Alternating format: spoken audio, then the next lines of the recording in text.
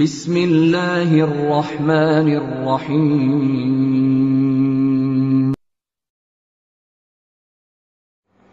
ওয়ালাইকুম আসসালাম রহমতুল্লাহ বরকাতুহ। জি সিলেটি ভাই, আপনার প্রশ্নটা এইমাত্র আমার দৃষ্টিগোচর হলো এবং আমি লাইনে ছিলাম, এই জন্য আপনার প্রশ্নটার উত্তর দিয়ে দিলাম। তা আপনি প্রশ্ন করেছেন যে নামাজের মসল্লা দিয়ে বা আশেপাশ দিয়ে সামনে দিয়ে যদি বিড়াল অতিক্রম করে সে কারণে কি নামাজের ব্যাঘাত হবে, সমস্যা হবে? এ বিষয়ে কথা হলো যে না, কোনো সমস্যা হবে না, কোনো চিন্তা করবেন না। কারণ বিড়াল সম্পর্কে রাসূলুল্লাহ সাল্লাল্লাহু আলাইহি ওয়াসাল্লাম তিনি স্পষ্টভাবে বলেছেন, ইন্নাহা লাইসাত বিনাজিস ইন্নাহা মিনাত তাওয়াফিনা আলাইকুম ওয়াত তাওয়াফাত। এই বিড়াল নাপাক নয়, এটা হলো তোমাদের, এগুলি হলো তোমাদের উপর দিয়ে প্রদক্ষিণকারী এবং প্রদক্ষিণকারিণী জীবজন্তু, এভাবে বলেছেন। মানে এরা ঘোরাফেরা করে বেড়ায় তোমাদের আশেপাশে, এদের এটাই কাম, আর এরা নাপাক নয়। ইমাম তিরমিজি হাদিসটি বর্ণনা করার পর বলেন, হাদা হাদিসুন হাসানুন সহিহুন, হাদিসটা হাসান সহিহ।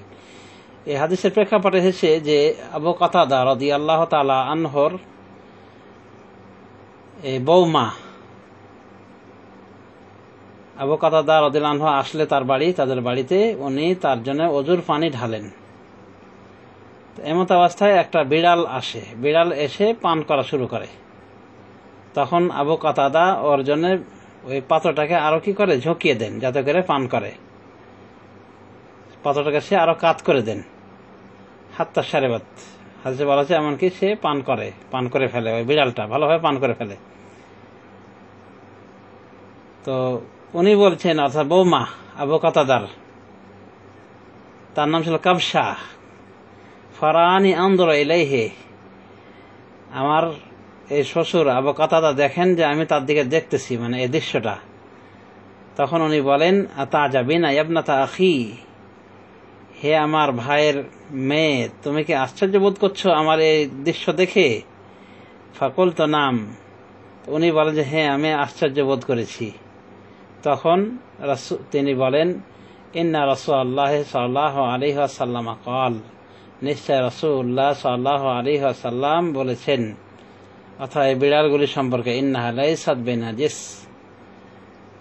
এই বিড়াল নাপাক নয়, বরং এটা তোমাদের উপর তওয়াফকারী এবং তওয়াফকারিণী এক প্রকার প্রাণী।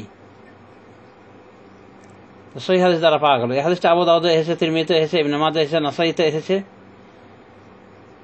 তো এই সহিহ হাদিস দ্বারা আমরা বুঝতে পারলাম যে বিড়ালকে নাপাক রাসূলুল্লাহ সাল্লাল্লাহু আলাইহি ওয়াসাল্লাম বলেননি, বরং বলেছেন যে বিড়াল নাপাক নয়, ইন্নাহা লাইসাত বিনাজিস।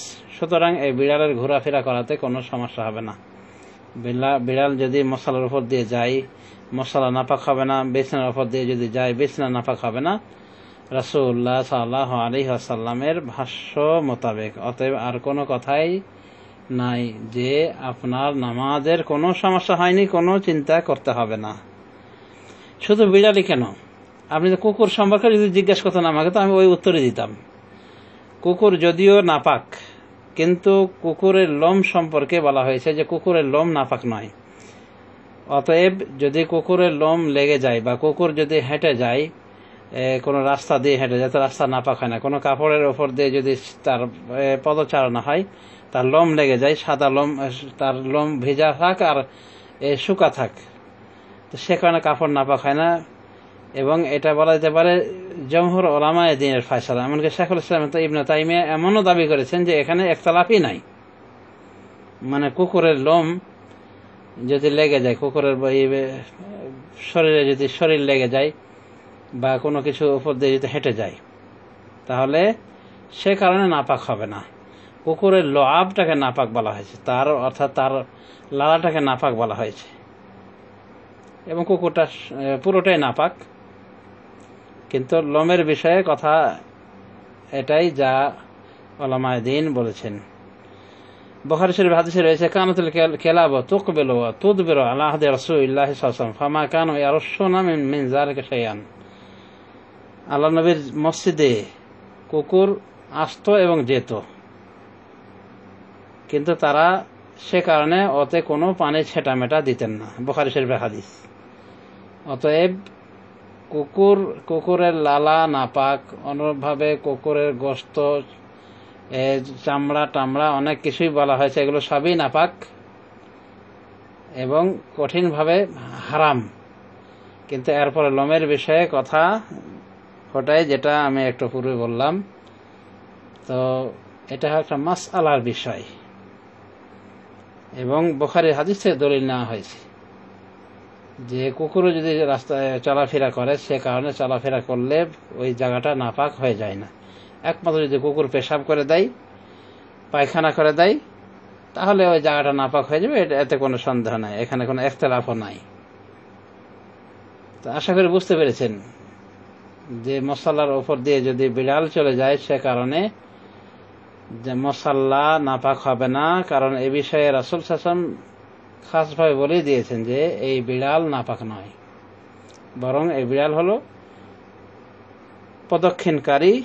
প্রদক্ষিণকারিণী একটি প্রাণী মাত্র। যা হোক, আশা করি বুঝতে পেরেছেন।